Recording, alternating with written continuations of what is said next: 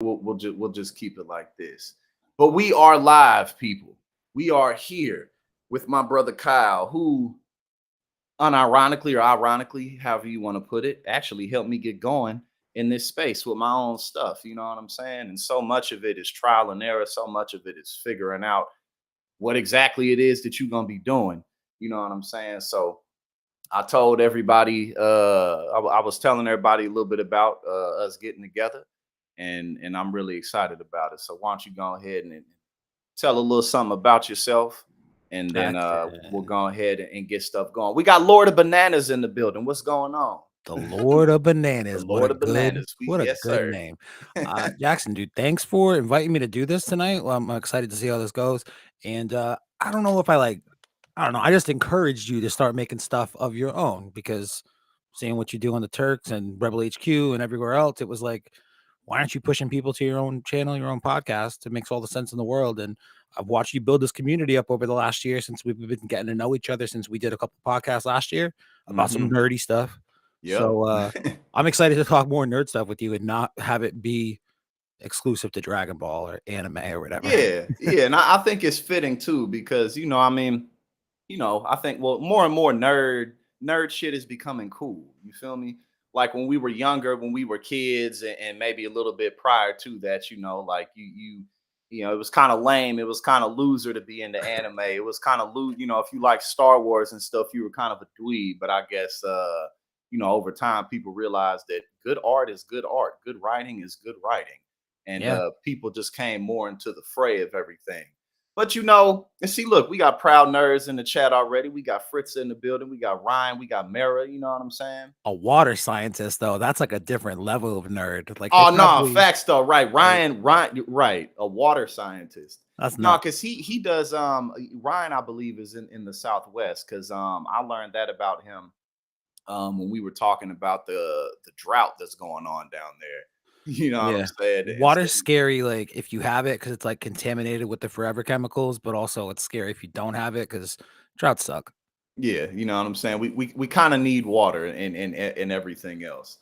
But yeah, man, I think again, I think I'm really looking forward to this because this is another side of my passions that I haven't really been able to tap into in terms of being on the forefront of anything. Like politics is nice. I'm real into anthropology and history and stuff like that. But you know, there's a lot more cool stuff going on in the world. You feel me? So I mean, and we were talking about it before we hit live, right? Like, politics, as much as we like to be invested in it and keep up with stuff, it can be draining, like, mentally draining, and it's always cool to have those other little things to give you a reprieve to, like, enjoy in your own little nerdy bubble, and hopefully not have politics, influence it or affect it, although it does inevitably leak over into nerd culture over the last 5 to 10 years. So good yeah, times there. and inevitably we will be talking about some stuff here and there because how can we not? But I think an interesting way for us to really go into this is let's talk about One Piece, man. Oh And, man, you want to jump right into the yes, rant? I want I Okay. want to jump. I want to jump straight into the rant. Let's talk Okay. One Piece, okay? I'm gonna go ahead and put One Piece in the chat right now. That's what we doing. One We just Piece. we discussing One Piece, baby. Oh And man. Okay, so I just want to let people know this wasn't me who came. Like I suggested this as an example when we were brainstorming things for the show. I'm like, Jackson, I'm real pissed at One Piece. Maybe we can do this rant thing. And Jackson's yeah, like, that's a great idea. We're talking about One Piece next week. yeah. Here So we are. so so all my One Piece fans out there, you know what I mean. Don't get too mad. But for me, look, listen. I haven't seen like all the episodes. And one of my problems with One Piece is that there's too many episodes. It's too long. It took till everybody's going crazy over Gear 5, and that's like the transformations and everything. Like Luffy in this universe, like he's a pirate, and there's like these magic fruits, and he ate one, and it gave him like these plastic stretchy powers. And throughout the show, like you went from like Gear 1, Gear 2, Gear 3, which is like Super Saiyan 1, Super Saiyan 2, and all of that is pretty much the same concept. But it took, I think, 1070 episodes to get to this like magical Gear 5 top of the line transformation. And from what I've seen of it, it just kind of looks like, something you'd see in a 1930s or 40s cartoon, like what's the name? The skunk chasing after his Yeah, some love. Pepe Le Pew shit. It's Yeah, literally Looney Tunes soundtrack and sounds like bong bong bong. I'm expecting Mel yeah, Blanc to show up and do some voices in the background, like you pesky rabbit and all that stuff. It's yeah, annoying. exactly. No, what it really reminds me of is it reminds me of what's it called? The Mask. You remember The Mask with Jim Carrey? Like Yes, I do. that's really what it reminds me of. And again, to me, I just feel like, and somebody in the chat said DBZ is the same way. I guess now, like with all the Dragon Ball Supers and everything. But look, I guess the difference between that is those are different shows. You got Dragon Ball, Dragon Ball Z, Dragon Ball GT, Dragon Ball Super. One Piece is one show. You know what I'm saying? It to me, it's like, look, part of what makes good writing is ending the story. You Or have like to end the story in some kind of a way. I You feel mean, me? the big thing with Oda, the mangaka behind One Piece, and I'm not a One Piece guy. I watched like the first 10 episodes and I was like, I get why people enjoy it, but I don't think I've got this time investment in me, you know? I Yeah. was like, fuck it, I understand. But like one of the legendary things about him is apparently he's planned out like everything from the beginning. Like, and this is why it's taken so long to do this big expansive story, which is fine. I didn't really want to talk about One Piece because I cannot speak knowledgeably to it. But I did check out this Gear 5 transformation mainly because I'm big, I'm heavily involved in the Dragon Ball space, we'll say. And that's like my nerd forte. And this is fun to talk about other nerd shit, but I think it's awesome that we're starting with the Dragon Ball One Piece thing. I checked it out because so many One Piece fans were like, this Gear 5 transformation is going to be iconic. It's going to blow away the original Super Saiyan transformation. It's going to be better than that. And I mean, we talked about what the aesthetic is. Like everyone knows that Super Saiyan transformation and what it is and what it means. Everybody, whether you like anime or not, knows the term Super Saiyan somehow, which I think is awesome. 30 Yeah. years after, it aired. But for this Luffy thing, it is much goofier. It is much more lighthearted. He truly does. His Gear 5 transformation, he turned into a fucking cartoon, dude. And Yeah, like like literally. so I can appreciate it from the standpoint of I'm always comedy first in anything, versus Dragon Ball. OG Dragon Ball is my favorite because there's so much more comedy mixed in with the And action. the fights are really good in OG Dragon Ball too. I've come to appreciate as I've gotten older because like it's less like blowing up of worlds and Yeah, stuff. They're just duking it out. it's less like flashy pew pew pew stuff. It's like they Yeah. actually have to have some choreography in Yamcha, behind back it. when Yamcha used to be a beast, you know what I'm saying? Yeah, With man, with that the wolf fist. the Roga Fufu Ken. But I appreciate the Luffy transformation mainly because from this perspective of like it bucks the shonen trend of big, stronger muscle dude, and it's like truly goofy, and they embrace the silliness of what that character has always been historically. So it was cool to see that, and like the subversion of the expectation of what the form would look like. It's cool to say that it is more iconic than the original Super Saiyan transformation. Man, I think that's a pretty crazy statement. Yeah. But like, I'm happy that One Piece fans are eating good. Good for them, dude. They deserve it.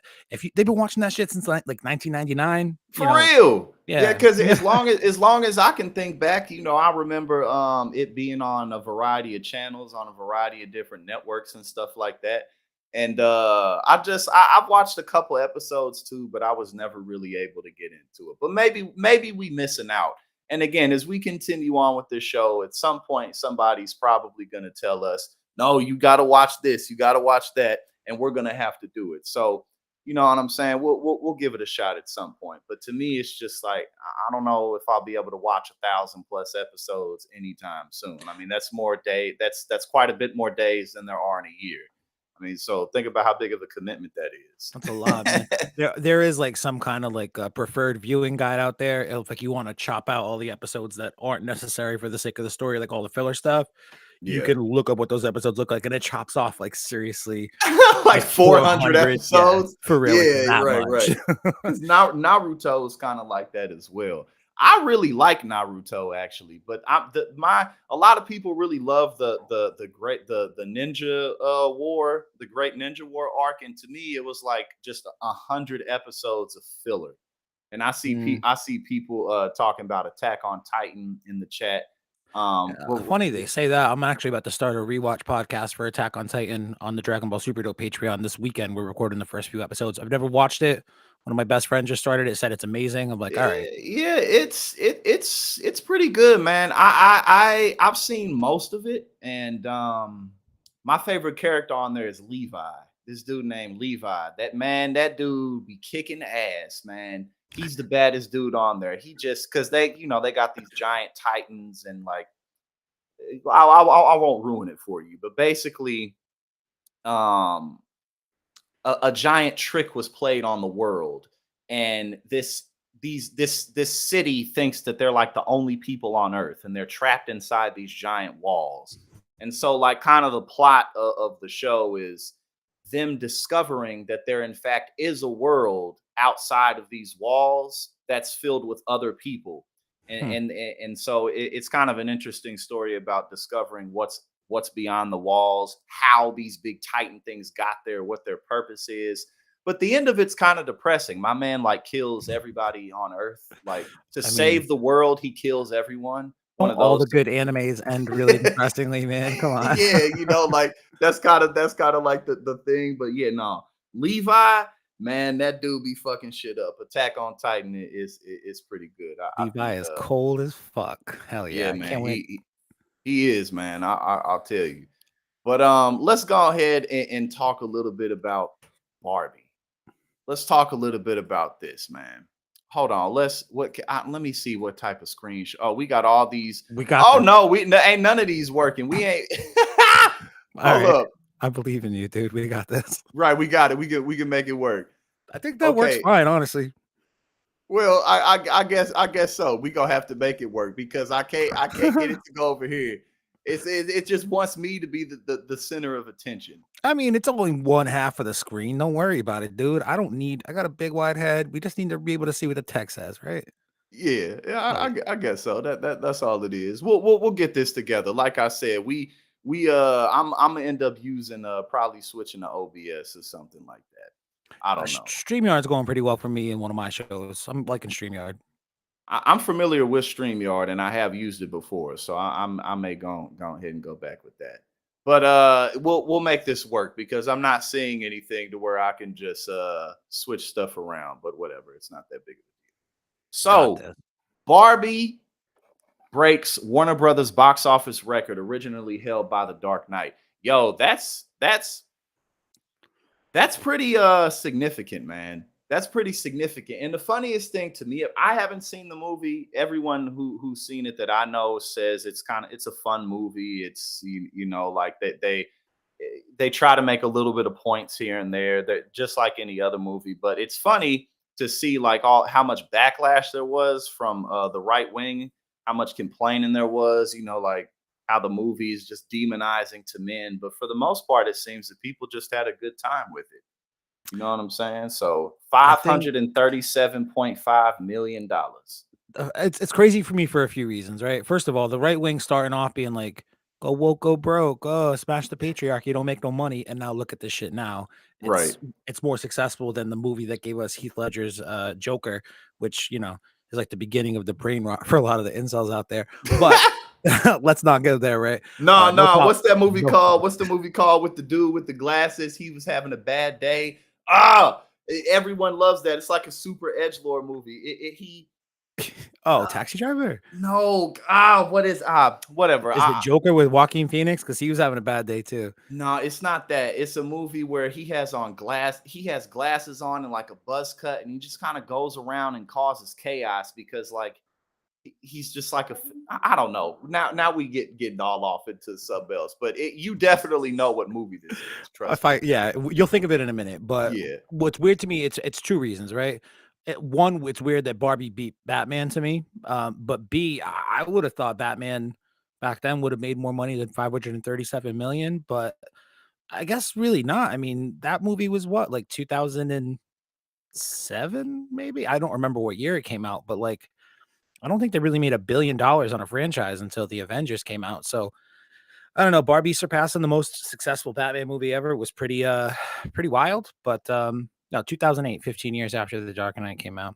It's pretty wild, but I think it just speaks to the fact that one, superhero fatigue is a pretty real thing, and we're going to talk about that a little bit later. Yes, But about Marvel. Yes, yes, yeah, I have some definitely. things to say about Marvel, but I think it's interesting that it was surpassed by a movie that predominantly you would think is going to be seen by women. Um, I think they did a really good job in the marketing to try to make men want to go see it with their girls or have like that double header Oppenheimer Barbie. Like that was a very concerted marketing effort that Hollywood's desperate to already try to replicate. And I'm sure we're going to see a lot more of that double header shit in the next few years. But I'm very surprised it's being Batman and like it's gonna be in theaters for probably the better part of another month. So I wonder where it's gonna finally top out at the end of the day. And also the most successful Warner Brothers movie ever, really? That's pretty nuts to me.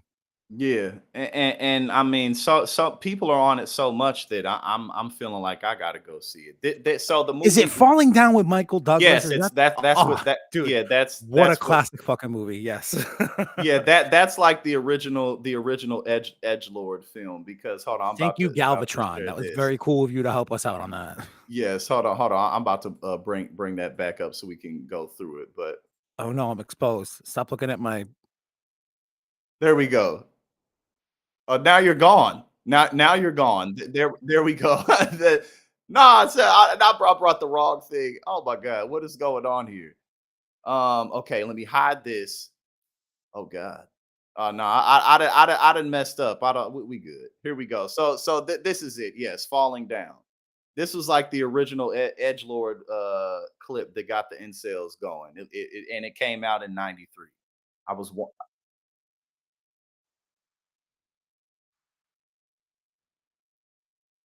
yeah.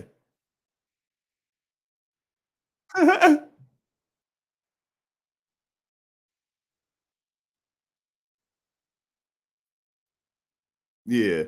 Eh, Well, up. And hold up. Hold up, man. This thing is making me mad. It's not real. We all good. I don't know what the hell I did. dude, I'm trying to bring you over here, and it's not letting me do it. ooh, we back. I All wonder right, if anybody heard any of the shit I was saying to you in the meantime. there we go. We back in business. I love this. We're gonna use in StreamYard from now on. Yes, we're definitely using StreamYard because I can't. I done switched everything up 8 times, but Anyway, I guess Barbie this and is kind of Batman. better, I feel like right? Barbie could probably kick Batman's ass, like in a real street fight. It's not just Maybe about so. money. Barbie's Yeah, got man, she some got them secret weapons. heels. She got them Yes. heels. You feel me? She got them stilettos. And Plastic Man, Plastic Man from what's it called? The DC universe, the Justice Yes, League. yeah, Oh man. he's more powerful than we recognize. I You mean, know? he's kind of annoying too, to be fair. Plastic Man, I never liked when I was a kid because I was like, this is just a knockoff, goofy ass Reed Richards without the brains. But people really like Plastic Man, so I can't even hey, I just leave him alone. I just prefer not to think about him. Yeah, man. Me too, for the most part. Cool. So let's read some of these stats. So again, Barbie recently edged out Christopher Nolan's Dark Knight in domestic box office sales, grossing 537.5 million compared to the Dark Knight's 536 million dollars.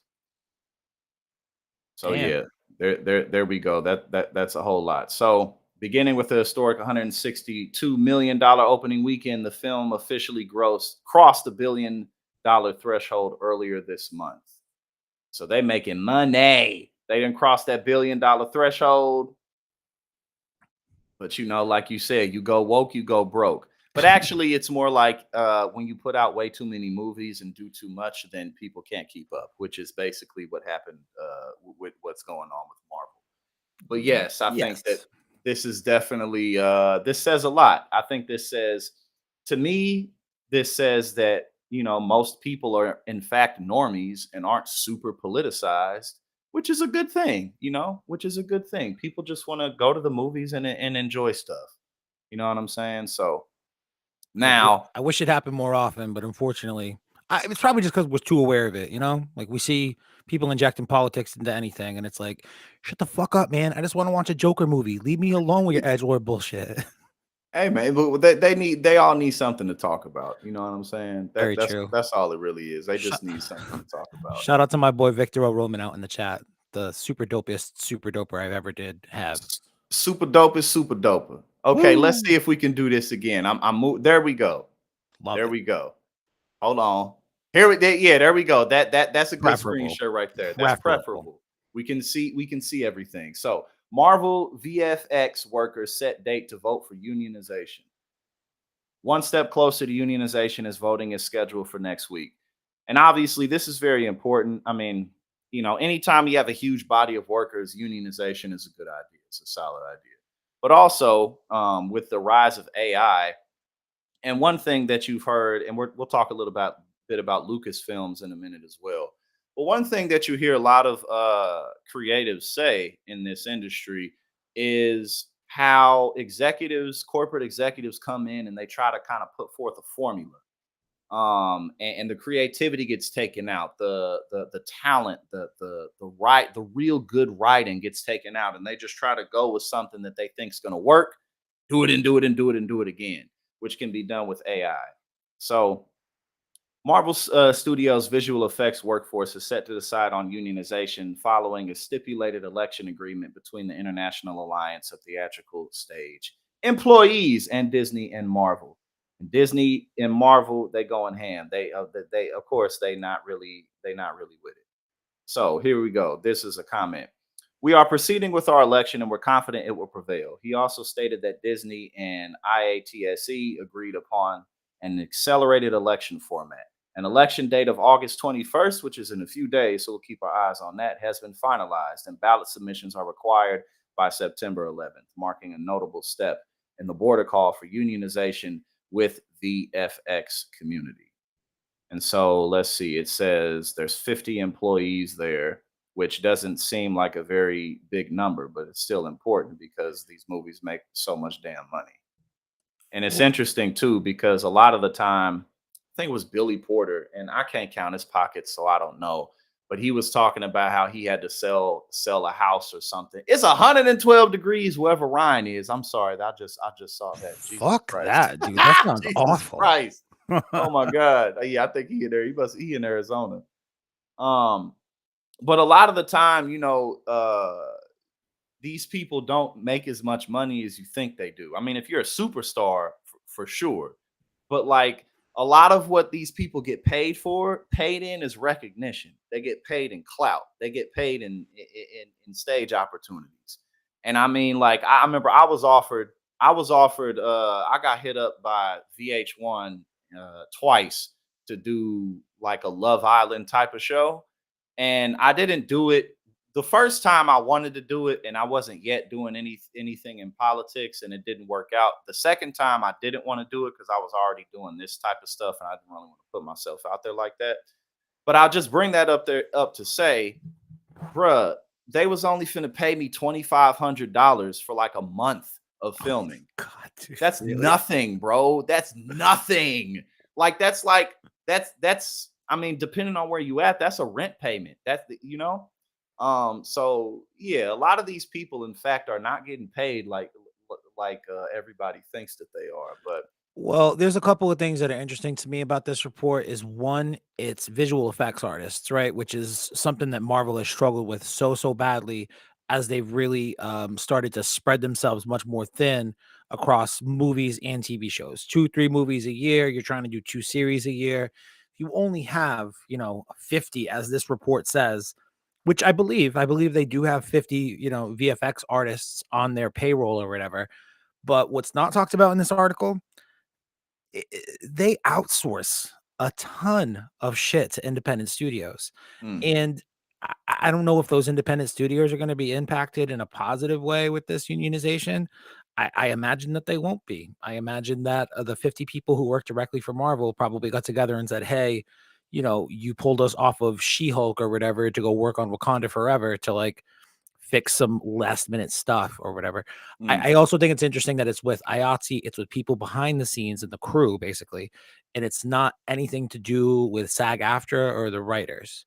I think that that's kind of an indication that Marvel thinks they can solve some of their problems, at least in the meantime, from keeping up a production perspective, let's get the VFX crews on board. We can still do a ton of VFX work without any actors, without any writers, and we can continue to sort of keep things on track, which, again, tracks with their entire strategy, I guess we'll call it, to just wait out the actors and the people. They can be like, hey, man, we're still working on these movies. Fuck you guys. And I feel like that's probably what this is meant to telegraph to the other people. Like, we're continuing to work on these films. We're locking down these VFX guys. They're going to unionize. Great.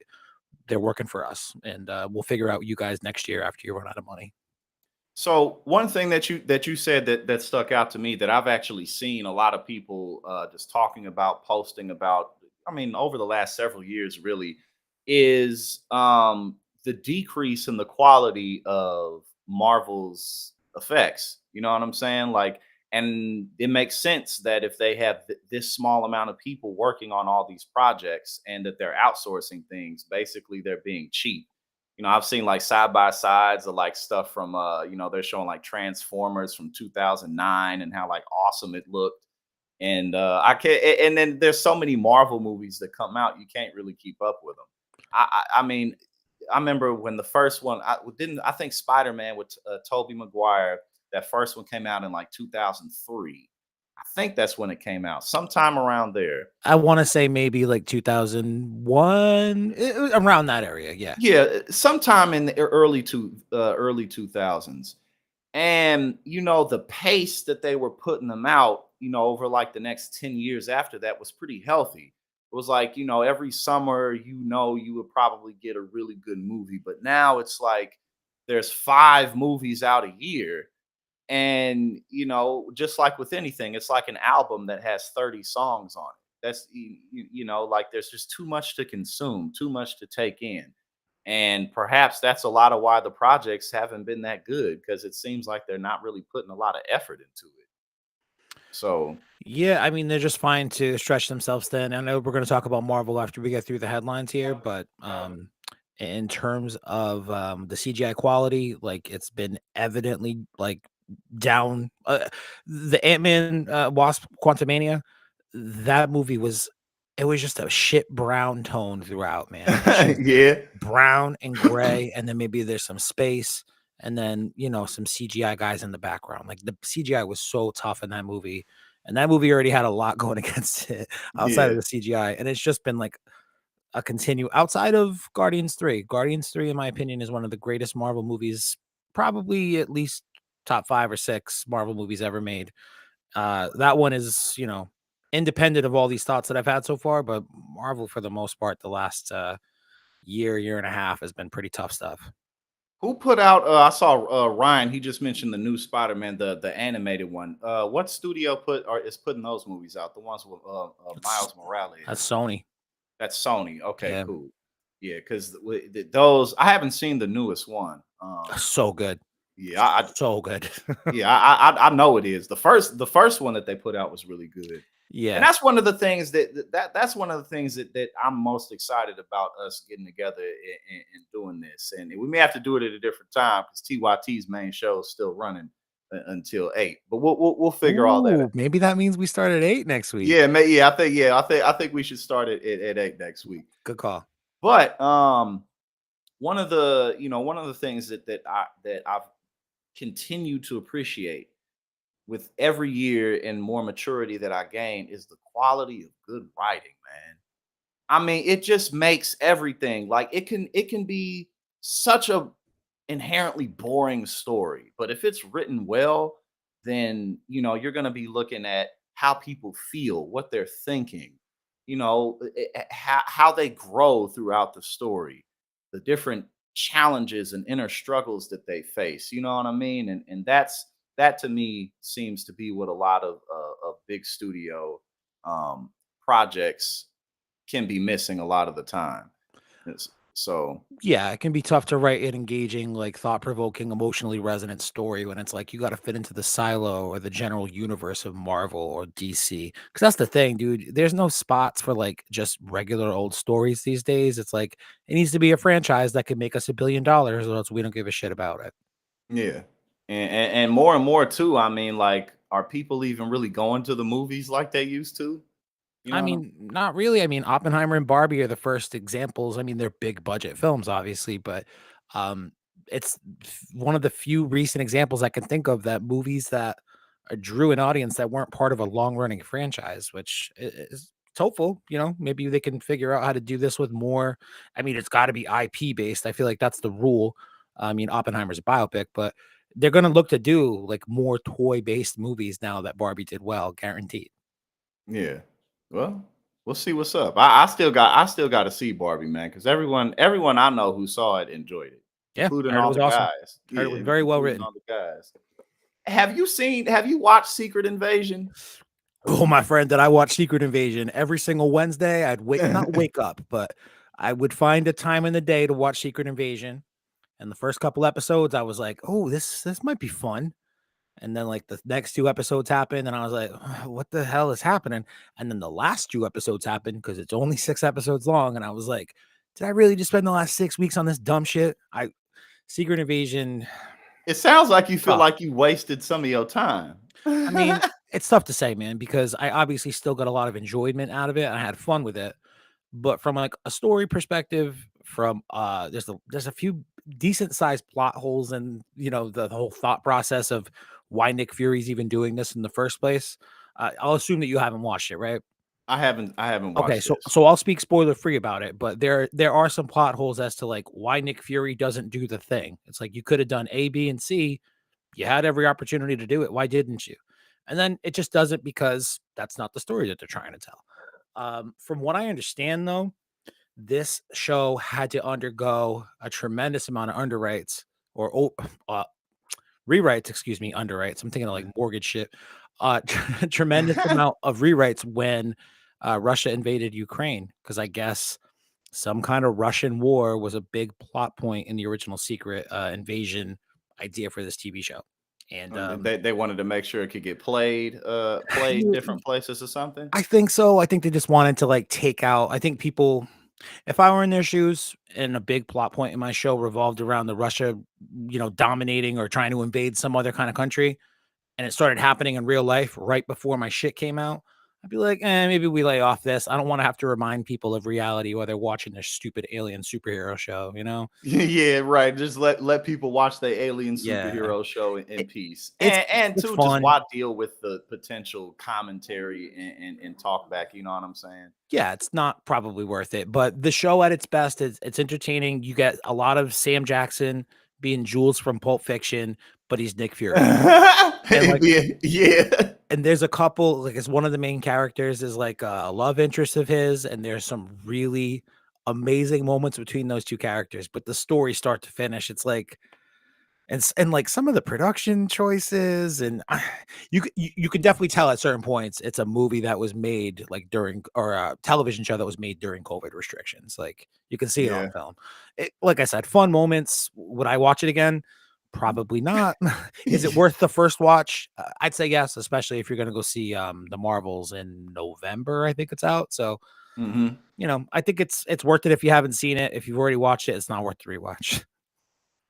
Well, I haven't seen it, and based on what you're saying, I don't know if I will. I I mean, you can't don't even like lie. Jules from Pulp Fiction doing some Nick Fury shit. That should be enough to at least get you to check out the Yeah, first you're few right. You're episodes. right. That was a good sell. That was a good sell. That's all you really needed to say. I agree with you there.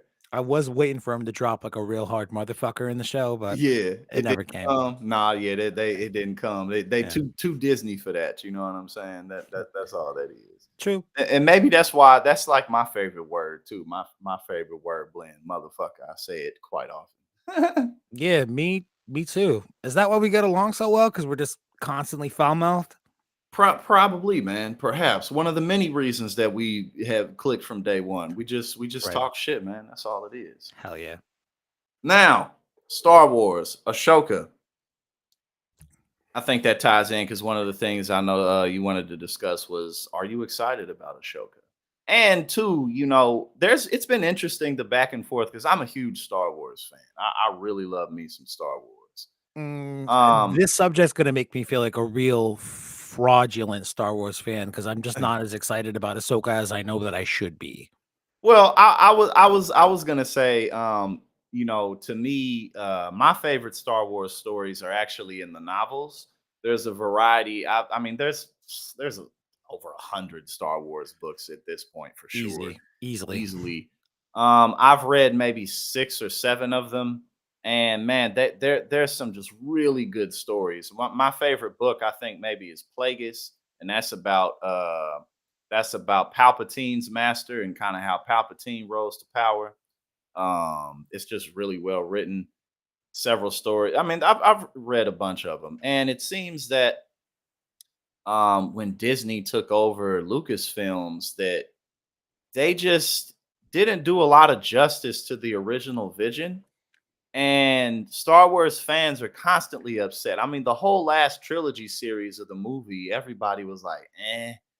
I mean, even me, like I mean, just the story itself, it's like, oh, y'all brought Palpatine back, like for what? You know what I'm saying? Like y'all couldn't do something else.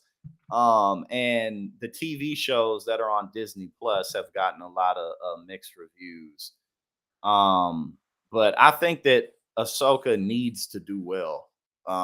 It needs to do well. If it doesn't do very well, then I mean, kind of who cares about 5 more Star Wars shows? I think there's almost no way it doesn't do what it needs to do. It's probably not going to be their biggest Star Wars show ever. It's not going to be The Mandalorian. The Mandalorian, for the most part, has been solid every single season, maybe a couple dud-ish episodes, but it's never a bad episode of The Mandalorian. With Ahsoka, though, what I think is important for her is she's the character who shows up. I think it was in The Mandalorian, and she's like, "Where's Grand Admiral Thrawn?" And I'm like, "Holy shit, they're gonna go there in live action.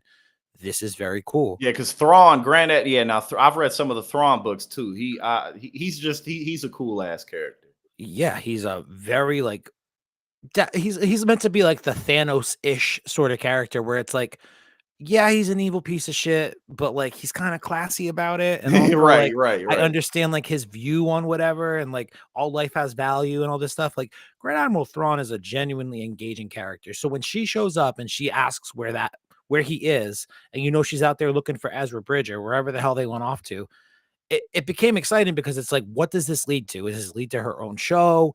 Yes, it does. We're going to see that start next week. But the show is the stepping stone to whatever that big Avengers Endgame type level movie that they're hoping for, at least, Yeah. where it brings the Mandalorian and Boba Fett and Ahsoka and I don't know who else, whoever the heck they can pull in all these side characters for a big movie, big final battle against Thrawn.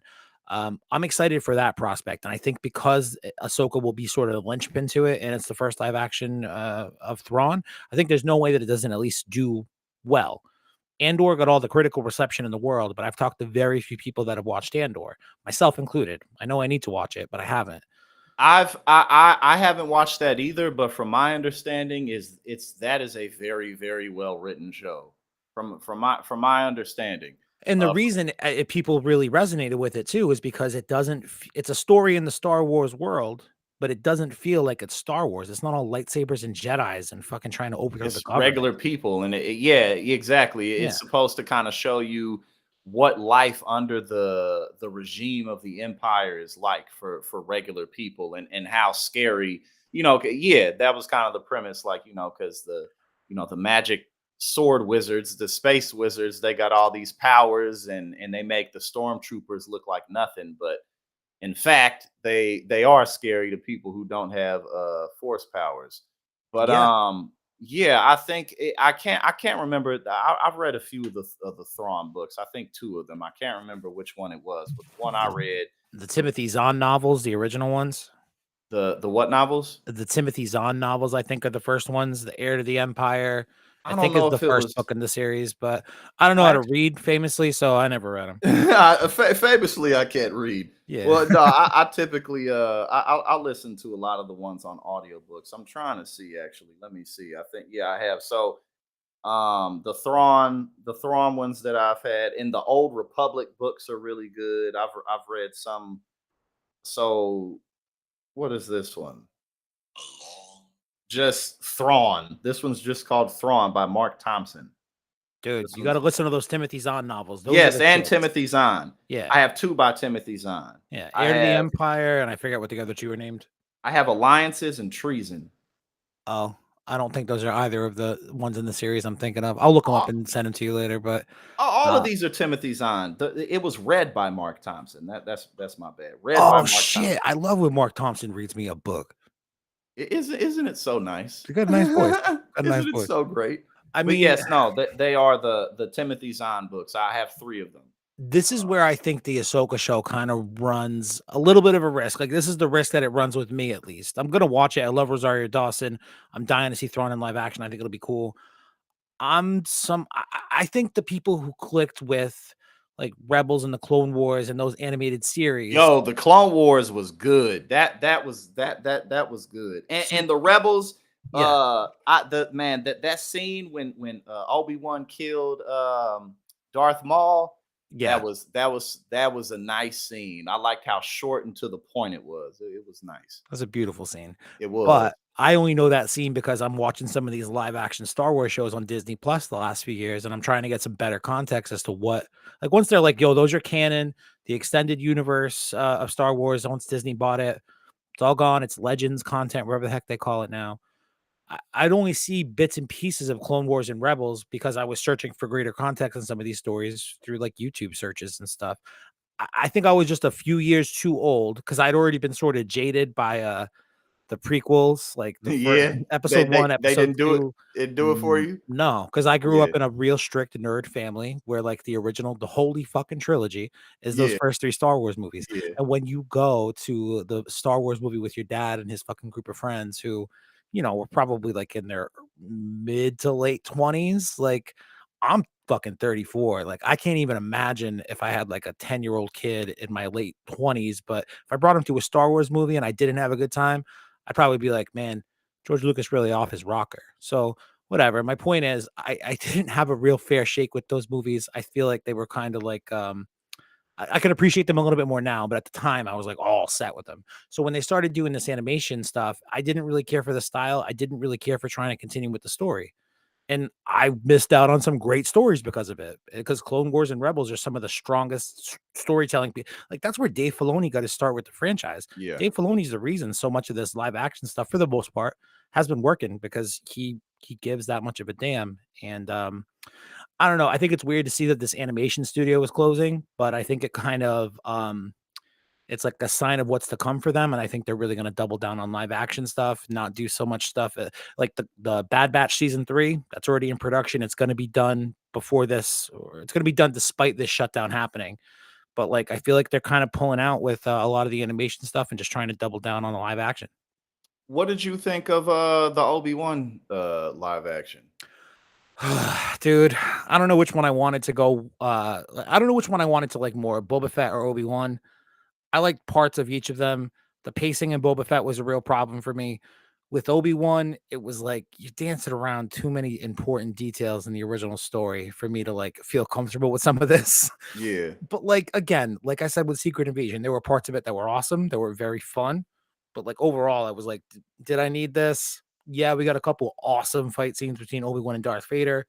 Does it take away from the time that they meet, for the last time in A New Hope? A little bit, but I enjoyed it. It wasn't the best show by far, though. I think The Mandalorian is like heads above every other show that's come out in the live action Star Wars, except, comment reserved on Andor because I haven't watched that one. Yeah, yeah, I definitely need to check out Andor. I've heard a variety of people who I trust say that it's a very good one.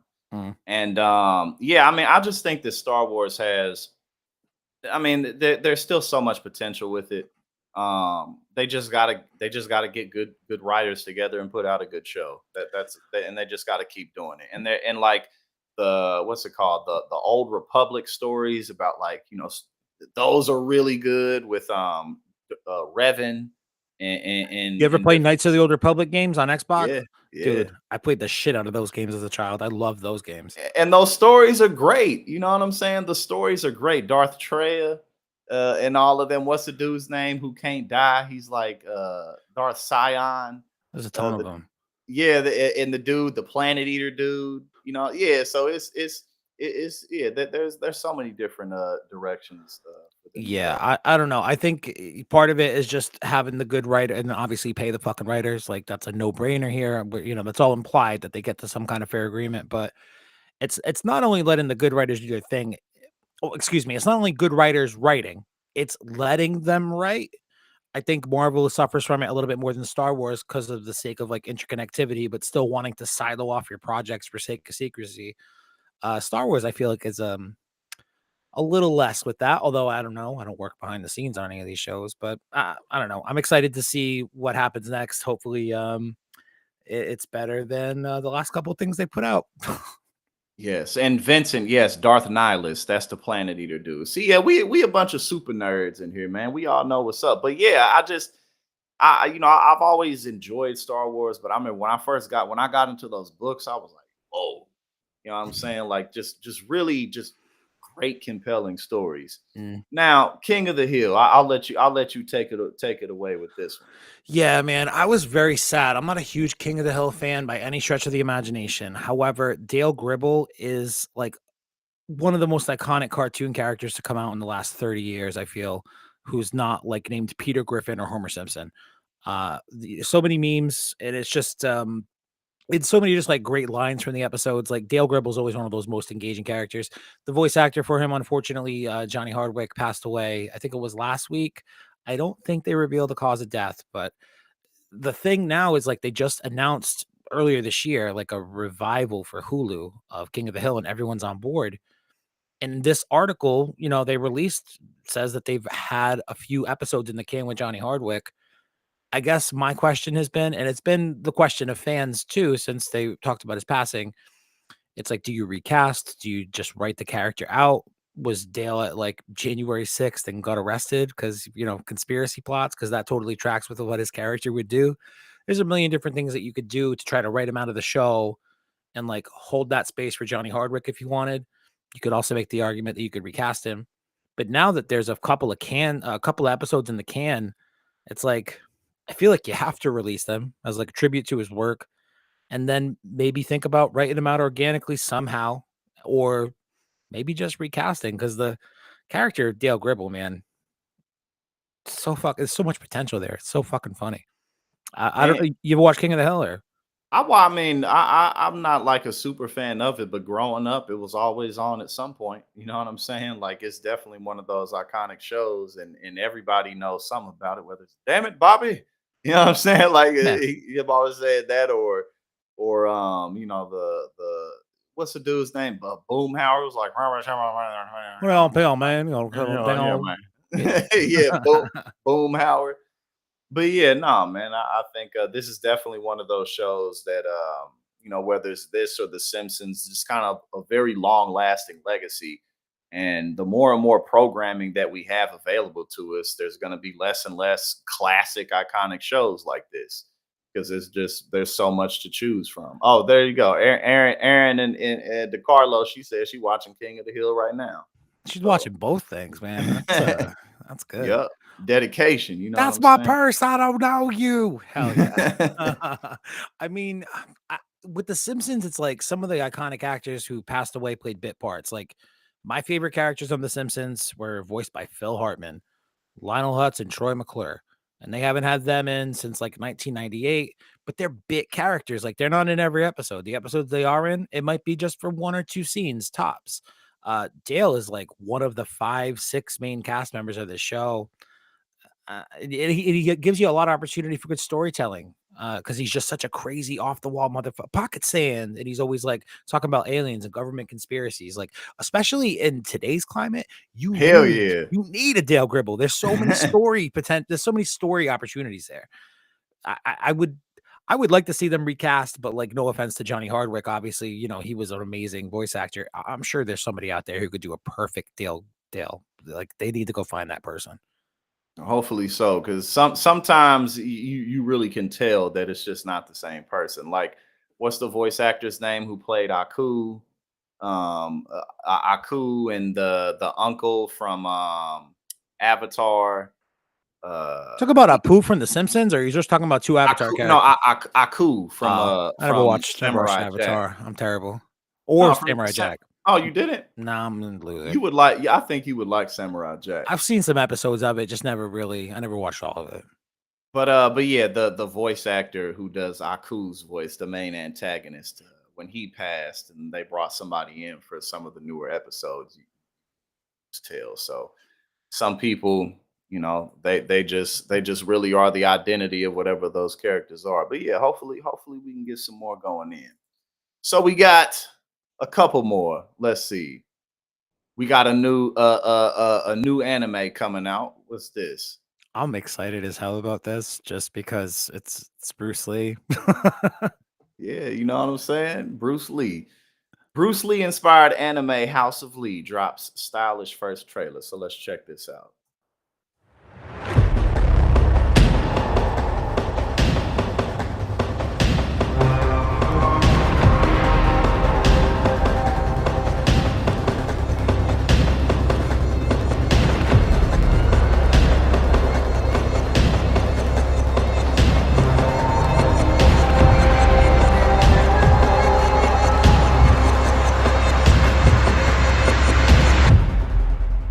Okay, and it's like old school anime style, like it's like the hand drawn anime style, looking like This is the thing, dude. I don't really know. So Bruce Lee is of Chinese descent. Anime is a Japanese medium, and Shannon Lee, his daughter, who is the creator of this show, she like lives in Seattle and has been in entertainment in Hollywood for at least involved in peripherals for a long time. So I'm not sure if this is like a true anime and that it's animated by a company in Japan, or if this is like done on purpose by an American company to kind of have that like vintage Fist of the North Star kind of look, like that, mid to mid 80s kind of look yeah, for the yeah, aesthetic. But yeah. moreover, like my question is what the fuck is this about? Like, I get that it's about Bruce Lee. That's very cool. But is it about like Bruce Lee as a mythical anime figure who's got to go on and fight all the strongest dudes in the world, like Son Goku? I'm there.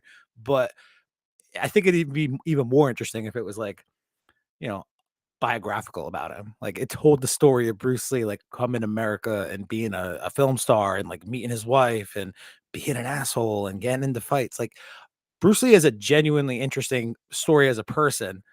They could go, I doubt they're going to go that route, given that it's made by his daughter. She's probably just going to try to pump him up into like some mythical Chuck Norris kind of figure, like he deserves to Yeah. be. But I think this could be a fun project. I think they have a lot of possibilities here. Yeah, it gives a little bit of a brief, but it doesn't really say much. So it says an action fantasy show that follows Lee as he assembles a team of warriors to prevent the world from plunging too far into darkness and shadow. So that could be anything. That Yeah. that could be anything. But yeah, hopefully he has kind of, because it gives me like that crying Freeman vibes. You know what I'm saying? Or Dragon Ball, OG Dragon Ball vibes, the way it's drawn. Honestly, man, I don't mean to curse this project because I would love to see this happen. But if this never comes to fruition, it wouldn't shock me. It Yeah. really wouldn't shock me. Based off of what I know about Shannon Lee over the last 20 or 30 years, she's had a lot of projects, a lot of irons in the fire, and they don't always, most of them don't come to fruition. This looks like it has a lot of cool potential, though. This could be a lot of fun. I guess Yeah, it does. it'll probably be like a Netflix thing at most, maybe like a Netflix limited run. That'd be good. Yeah, be on one of them platforms, Netflix, Prime, streaming, something. There's a million different ones. Pretty interesting.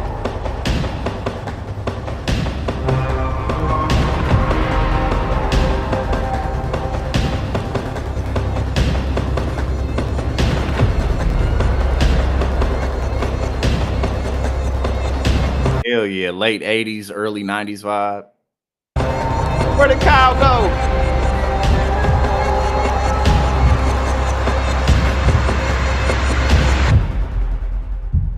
Oh, oh, oh.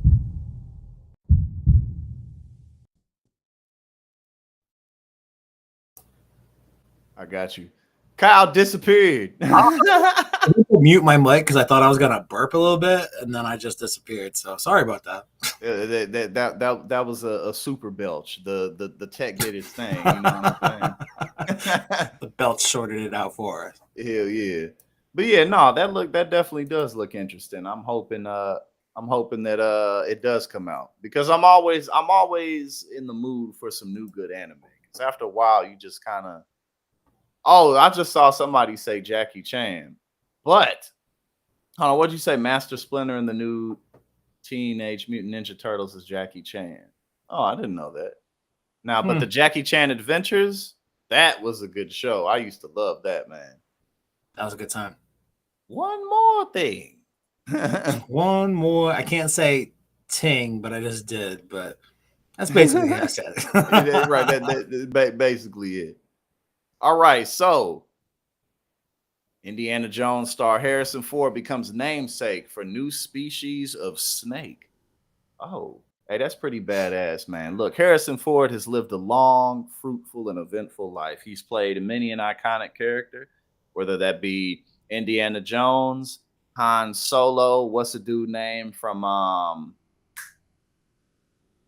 what's the futuristic movie he's in? Oh, Blade Runner. Blade Runner. Yeah. Which is a good He was movie. also the president of the United States of America on Air Force One. That was a good one. Yes, he was. And he was he's been a variety of things. He was the fugitive. Tommy Lee Jones chased him down that tunnel. He's like, I didn't kill my wife. And Tommy Jones was like, I don't care. You remember that? That was wild. I don't know if I saw The Fugitive, but I did see What Lies Beneath. Yo, he's like a psychopath in that one. I haven't seen that one in a very long time. But I remember being messed up. Hey, that's a good movie though. What Lies Beneath is a good one. All right, we're gonna be sitting there talking forever, talking about all the movies that Harrison Ford has been in, all the classics that he's been in. So let's see what's up with this snake. Oh, he was recently roasted. Okay, hold on. So Harrison Ford has been in the entertainment industry for decades. Okay, so the new species of snake, and they found it in the Andes Mountains in Peru, has been named after the actor. So the new species will be called. Yeah, I know. Tachymonoides Harrison 40. Tachymonoides Harrison 40. Yes, Tachymonoides Harrison 40. There we. Okay, there we go. What a shitty name. Yeah, it's shitty, but it's play at the same time. I mean, if you're gonna name the snake Harrison Ford, just name the snake Harrison Ford. Get this Tachymonoides out of here, man. That's very confusing to me. Well, they gotta make it scientific. You know what I'm saying? They gotta use the Latin or whatever it is. So otherwise it's not official.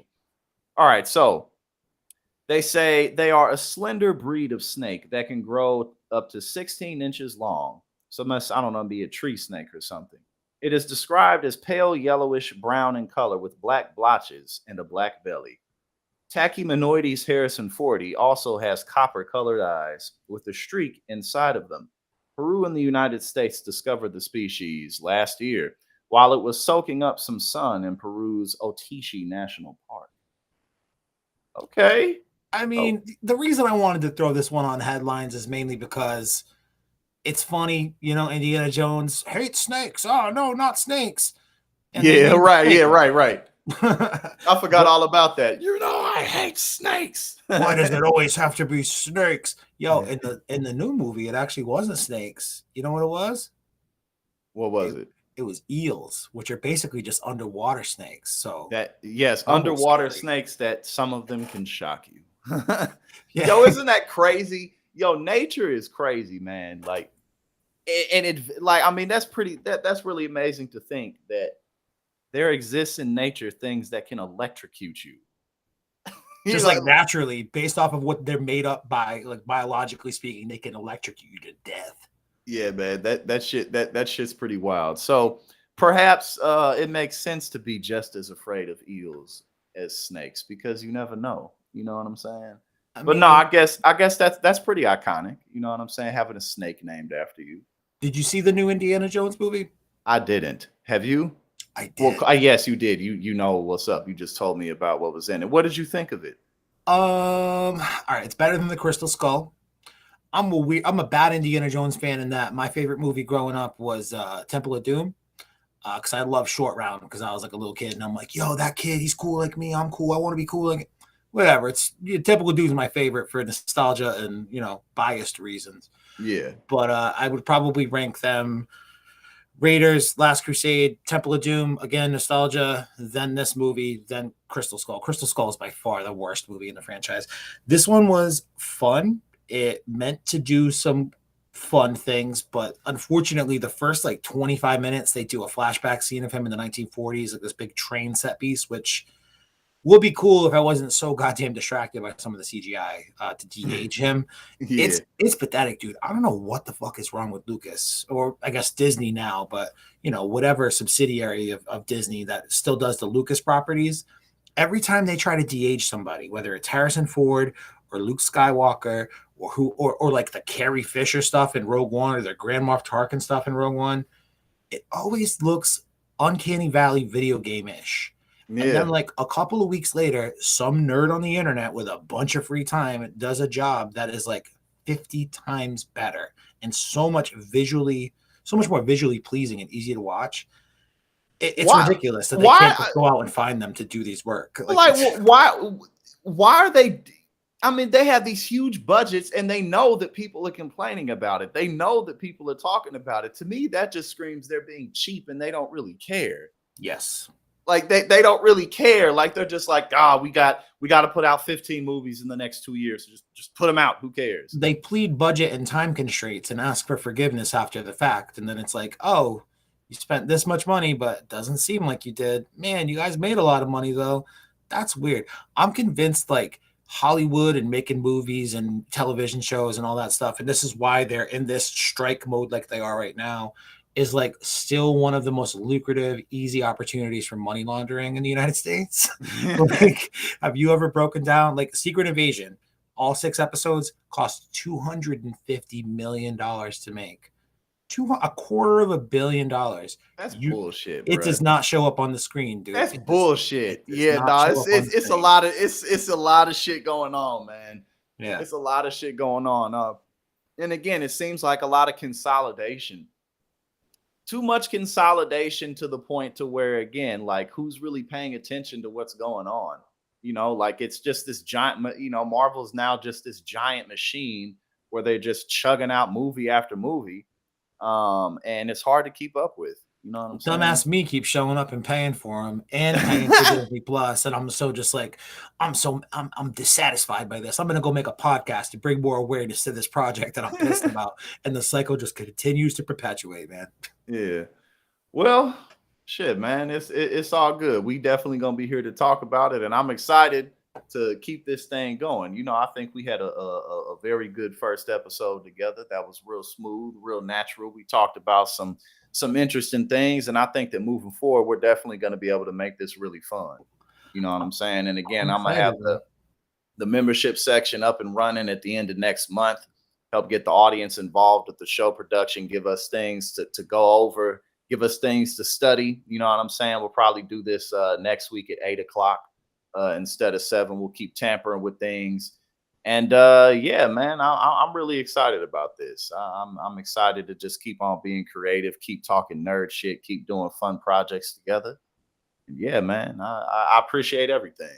Hell yeah, man. Of course. It's always fun to, get out of the politics sphere and come hang out in the nerd sphere, which is basically what I try to talk about as much as I can. So looking forward to doing these on Thursday nights. I think next week we'll do 8:00 so we can maybe squeeze out some of that main show audience. But yeah, definitely we're gonna squeeze out the main show audience. We had a lot of people in the chat say like, hey, I left the main show to come check this out. Oh, so yeah every one of those people, thank you for doing that. Yes, absolutely. Thank you everybody. You know what I'm saying? I appreciate the love, appreciate the constant support. But yeah, we can knock this up to where I'm at now. We can knock this up to about 60 people. We can definitely do that for sure, because I do that in the mornings pretty regularly.